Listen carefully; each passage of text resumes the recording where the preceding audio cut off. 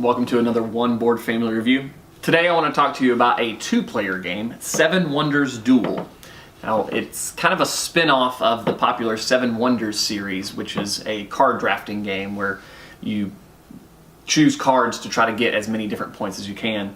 When I first heard about this game as like a spin-off of Seven Wonders, I was a little bit worried. I couldn't think of how the mechanics would work with just two players, and I was nervous about any changes that might happen. So were the creators able to take all the magic of Seven Wonders and put it in a smaller package? Well, let's find out. In Seven Wonders, both players are tasked with setting up their civilization. Kind of. I mean, you're building like the pyramids and other different wonders and stuff. It doesn't really make sense that you're one civilization, but whatever.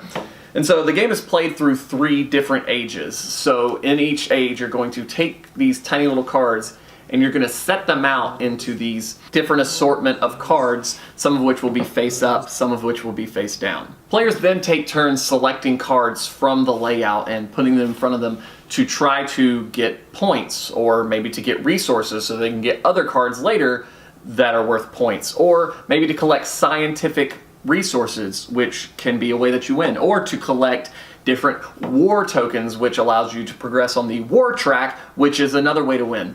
Yes, there's a whole lot of different ways to get points and to progress through this game. Players keep going back and forth taking the cards until all of the cards of the layout are gone, and then you move on to the second age, which has more advanced cards that cost more money or use more resources, but now you've collected those from the first round, so you'll be good to go. And then you move on to the third age, which has even more advanced cards, and you go through all those cards until you get to the end, and then whoever ends up with the most points is the winner. Now, as you may have noticed, there's a lot of different types of cards here. And so as you're progressing through the game, you have to make sure you're kind of keeping a balance, but also you do end up picking like a particular type to go with so that you can maybe find a path to victory. You end up picking a path, but you have to be careful not to put too many eggs in one basket, because your opponent can take a card that you need and ruin that strategy pretty quickly. You also kind of have to be on the defensive to make sure that they're not getting all the cards that they need in order to win. So there's kind of this nice balance of offense and defense that you have to keep playing as the game progresses.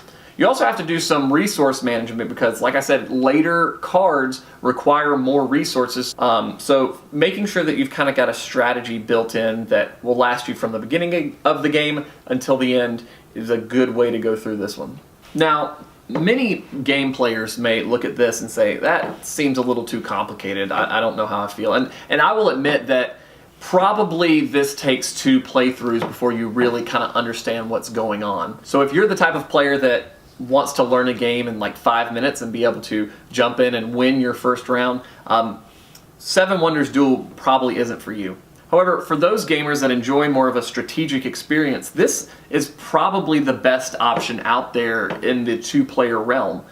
It does a very good job of taking those mechanics from Seven Wonders, which are, you know, a bunch of different ways to score points and to gain victory, and puts it in a way that you're doing a really good job of interacting with just one other person. I didn't think they were going to be able to take those mechanics and put them into a box like this, and they have done a wonderful job. So who would I recommend this game for?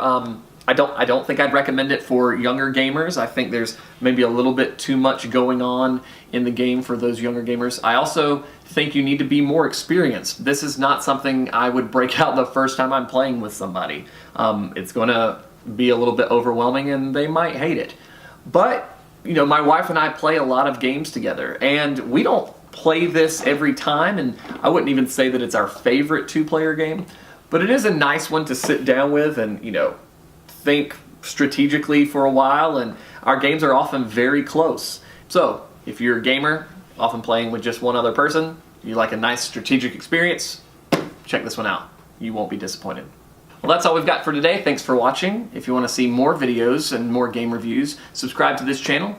And if you want to see more 2-player games, we've got an entire section on oneboardfamily.com dedicated just to 2-player games. Well, until next time, bye.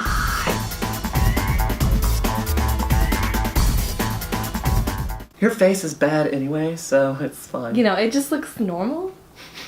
For your face. For your face, it's fine. If I made that face, I'd punch myself. But you are fine. I would just delete everything off my channel if I looked like you, but whatever.